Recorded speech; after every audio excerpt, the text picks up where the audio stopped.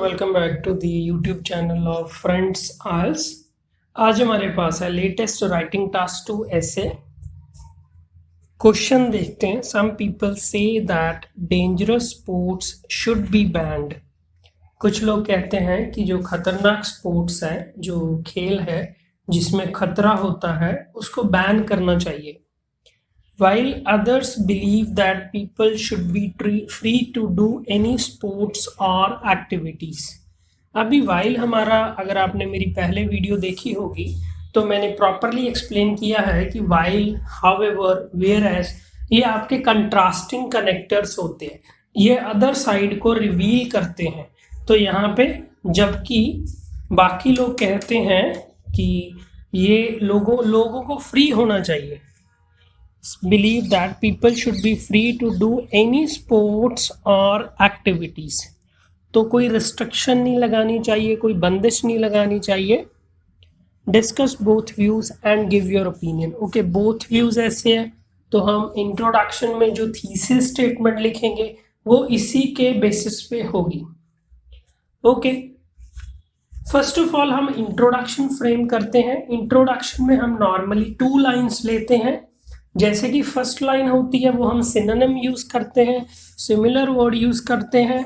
हम क्वेश्चन को इस तरह फ्रेम करते हैं कि क्वेश्चन का मीनिंग चेंज ना हो किसी भी तरह से, तो वो पॉसिबल तो है सिनोनिम के द्वारा ही।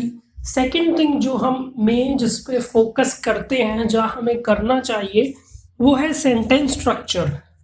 अगर आप वेरिएशन शो कर पाए सेंटेंस के स्ट्रक्चर में, वो भी एक बहुत ही बढ़िया साइन होता है एग्जामिनर को कि मेरे को वोकैब की नॉलेज तो है ही, जो कि आपने सिनोनिम की द्वारा दे दी है, साथ ही साथ मेरे को सेंटेंस स्ट्रक्चर चेंज करना या बनाना भी आता है।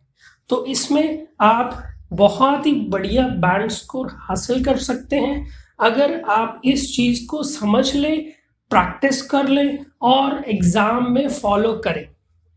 चलिए स्टार्ट करते हैं। फर्स्ट ऑफ ऑल हम सिनोनिम लेंगे, सिमिलर वर्ड्स या फ्रेजेस लेंगे जो कि इस क्वेश्चन को एज इट इज लिखने में without changing its meaning, as it is नहीं बोलेंगे, जो क्वेश्चन का मीनिंग चेंज नहीं होना चाहिए। चलिए, सम पीपल से दैट, तो यहाँ पे हम कह सकते हैं सम पीपल बिलीव दैट।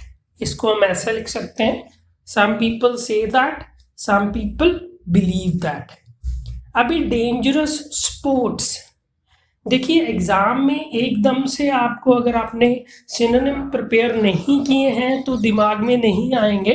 तो हाईली रिकमेंडेड है कि आप सारे ही थीम्स के लिए सिनोनिम की एक लिस्ट को बाय हार्ट कर लीजिए। आप प्रैक्टिस भी करेंगे रूटीन में, तब भी आपकी सिनोनिम की लिस्ट बाय हार्ट हो जाएगी। तो देखेंगे डेंजरस स्पोर्ट्स। डेंजरस स्पोर्ट्स होती हैं sports that are fatal. Okay, fatal का मीनिंग होता है थ्रेटनिंग टू लाइफ, जो कि जान का खतरा हो जिसमें, तो हम बोलते हैं स्पोर्ट्स दैट आर फैटल। या फिर इन्वॉल्व्स अ रिस्क, जिसमें कोई खतरा हो, जिसमें कोई रिस्क हो, इन्वॉल्व्स अ रिस्क। अभी बैंड वर्ड है हमारे पास क्वेश्चन में। बैन का सिनोनिम है प्रोहिबिटेड। प्रोहिबिटेड स्पेलिंग को रिव्यू कर लीजिए, ध्यान से देख लीजिए, PROHIBITED। तो प्रोहिबिट के पीछे हमने ED लगा दिया तो प्रोहिबिटेड बन गया।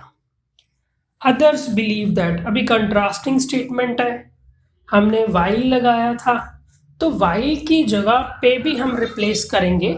हमारे पास वाइल की जगह पे लगाने के लिए वेयर एस है। अगर हम वेयर एस यूज कर रहे हैं तो सिमिलरली कॉमा लगा के हम वाइल को वेयर एस से रिप्लेस कर सकते हैं। बट सपोज हमने इसकी जगह पे हाउएवर यूज करना है, बहुत ही इंपॉर्टेंट मैं आपको बता रहा हूँ, पंचुएशन से रिलेटेड। आपके राइटिंग में नंबर होते हैं पंचुएशन के, बहुत ही वेरी वेरी इंपॉर्टेंट मैं बता रहा हूँ कि अगर आपने वाइल जब वेयर एस को सेंटेंस में यूज करना इन बिटवीन में, तो सिंपली कॉमा के बाद आप वाइल लगा दीजिए। तो कॉमा के बाद आप जो वाइल लगाएंगे वो आपका डिपेंडेंट क्लॉज बन जाएगा और कॉमा से पहले पहले आपका इंडिपेंडेंट क्लॉज बनेगा। बट जब हमें हाउएवर का यूज करना होता है, सपोज हाउएवर को हम यूज कर रहे हैं सेंटेंस की स्टार्टिंग में, तो no problem however comma, but in between use कर रहे हैं तो पंक्चुएशन के रूल्स बिल्कुल चेंज हो जाते हैं। कैसे चेंज हो जाते हैं? फॉर एग्जाम्पल हमने हाउएवर यूज करना है तो पहले हम सेमीकोलन लगाएंगे, और फिर हाउएवर, फिर कॉमा। ओके, तो इधर देखेंगे हम शुड बी फ्री, अभी क्वेश्चन में है शुड बी फ्री, तो इसको हम रिफ्रेश करेंगे बी अलाउड टू, या फिर बी परमिटेड टू डू। अभी हम बोलते हैं टू डू, इसके लिए बढ़िया है to pursue a particular activity, to pursue a particular sports, ऐसा कुछ करके। अभी हमारे पास है इंट्रोडक्शन की first line. Some people believe that sports that involve any type of risk should be prohibited. अभी हमने बोला कि कुछ लोग सोचते हैं कि जिन स्पोर्ट्स में किसी भी टाइप का रिस्क है, क्योंकि वर्ड फैटेलिटी आया है, ओके, तो रिस्क आया है, तो जिसमें किसी भी तरह का रिस्क है उसको बैन कर दीजिए आप, कॉमा लगा के, whereas others hold a belief system that, okay, हमने बिलीव दैट को एक तो लगा दिया, some people think that, some people believe that, या फिर थर्ड थिंग है some people hold a belief system that. Continue करेंगे, whereas others hold a belief system that they should be allowed to take their decision regarding which sport to pursue। तो दूसरी तरफ में लोग बोलते हैं कि लोग फ्री होने चाहिए डिसीजन लेने के लिए, ये उन पे होना चाहिए कि कौन सी स्पोर्ट उन्होंने परस्यू करनी है, कौन सी नहीं करनी, कोई ऐसा बैन वगैरह नहीं लगाना चाहिए। तो अभी सेकंड लाइन है, थीसिस स्टेटमेंट है, बोथ व्यूज ऐसे हैं। ओके, अगेन मैं एक और वीडियो आपको दूंगा हायर बैंड स्कोर के लिए। अगर आपने बहुत ही ज्यादा हायर बैंड स्कोर अचीव करना है लाइक 8+, तो उसके लिए हम इसको और बढ़िया तरीके से थीसिस स्टेटमेंट को लिख सकते हैं। फिलहाल ये आपका बढ़िया है। In this essay I will discuss both the view points. इस एसे में दोनों व्यू पॉइंट्स को डिस्कस करूंगा। तो आपकी थीसिस स्टेटमेंट होगी, in this essay I will discuss both the view points. अभी एक बार फिर से रिव्यू कर लेते हैं आपके कंप्लीट इंट्रोडक्शन को, आपको कैसे वहां पे लिखना है, कौन कौन सी पंक्चुएशन के मार्क यूज करने हैं, कैपिटलाइजेशन का भी ध्यान आपको रखना है वहां पे।